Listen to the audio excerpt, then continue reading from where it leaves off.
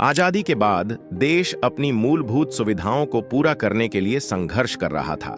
विभाजन के बाद हुई क्षतिपूर्ति में समाज लगा हुआ था। तब देश के नेता भी अपने चुनावी मुद्दों में जीने के लिए जरूरी सुविधाओं को मुहैया कराने का वादा किया करते थे। उस दौर में रोटी, कपड़ा और मकान तीन ऐसी चीजें थीं जो हर किसी के लिए बहुत आवश्यक थीं। इन सुविधाओं के साथ साथ बेरोजगारी भी एक महत्वपूर्ण समस्या थी। इन्हीं समस्याओं को फिल्म जगत ने बड़े पर्दे पर उतारा और आम आदमी के संघर्षों को उजागर किया। फिल्मों में सामाजिक समस्याओं को दिखाने का चलन शुरू से ही रहा है। उस दौर में देशभक्ति और सामाजिक मुद्दों से जुड़ी फिल्मों को बनाने में सबसे आगे मनोज कुमार रहा करते थे और उन्होंने एक फिल्म का निर्माण किया जिसका नाम था रोटी, कपड़ा और मकान। यह फिल्म कुछ दिनों पहले अपनी गोल्डन जुबली मना रही है। 18 अक्टूबर को इस फिल्म के 51 वर्ष पूरे हो रहे हैं। आइए इस मौके पर इससे जुड़ी कुछ बातें जानते हैं।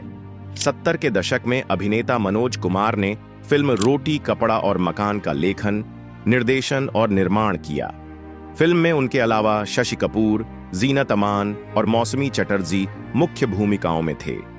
वहीं अमिताभ बच्चन, प्रेमनाथ, धीरज कुमार और मदन पुरी ने सहायक भूमिका निभाई थी। लक्ष्मीकांत प्यारेलाल की जोड़ी ने संगीत दिया था। सितारों से सजी फिल्म रोटी, कपड़ा और मकान प्रेम, विश्वासघात और बेरोजगारी की भावुकता से भरी हुई कहानी थी। आम लोगों की सबसे बड़ी समस्या से जुड़ी होने के कारण इस फिल्म ने जनमानस के दिल को छुआ और सबकी पसंदीदा फिल्म बन गई। यह कहानी एक साधारण से परिवार के युवा की है जो अपनी और अपने परिवार की रोजमर्रा की जरूरतों को पूरा करने के लिए संघर्ष करता है। फिल्म को 6 फिल्मफेयर पुरस्कारों का नामांकन मिला था जिसमें इसने 3 पुरस्कार जीते थे।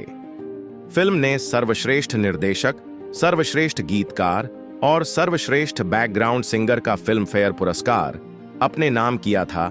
आइए इसकी कहानी को थोड़ा विस्तार से जानते हैं। अपने पिता के सेवानिवृत्त होने के बाद भारत पर अपने परिवार की देखभाल की जिम्मेदारी आ जाती है।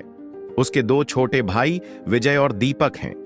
भारत की एक बहन चंपा भी है जो शादी के लायक हो गई है। भारत कॉलेज से ग्रेजुएट है लेकिन उसके पास ढंग की नौकरी नहीं है। वह एक गायक है लेकिन इससे उसकी बहुत कम आमदनी होती है जिससे उसकी प्रेमिका शीतल हताश रहती है। इन सब जद्दोजहद के बीच भारत का छोटा भाई विजय परिवार के लिए अपराध की दुनिया में चला जाता है, लेकिन भारत के साथ बहस होने के बाद वह सेना में शामिल होने के लिए घर छोड़ देता है।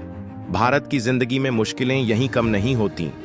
उसकी प्रेमिका शीतल अमीर व्यवसायी मोहन बाबू के लिए सचिव के रूप में काम करना शुरू कर देती है। मोहन उसे पसंद करने लगता है। मोहन के पास पैसा और दौलत होने के कारण वह उससे शादी करने के लिए राजी हो जाती है। इस बीच भारत को एक नौकरी तो मिलती है लेकिन जल्दी ही वह इससे भी हाथ धो बैठता है। शीतल की बेवफाई और नौकरी जाने से उसका दिल टूट जाता है। भारत अपने पिता को भी कोस देता है जिसके बाद वह अपनी डिग्रियां भी जला देता है। आगे की कहानी में भारत के सामने सही और गलत 2 रास्ते खुलते हैं और कई मोड़ भी आते हैं जो आप इस फिल्म को देखकर पता लगा सकते हैं।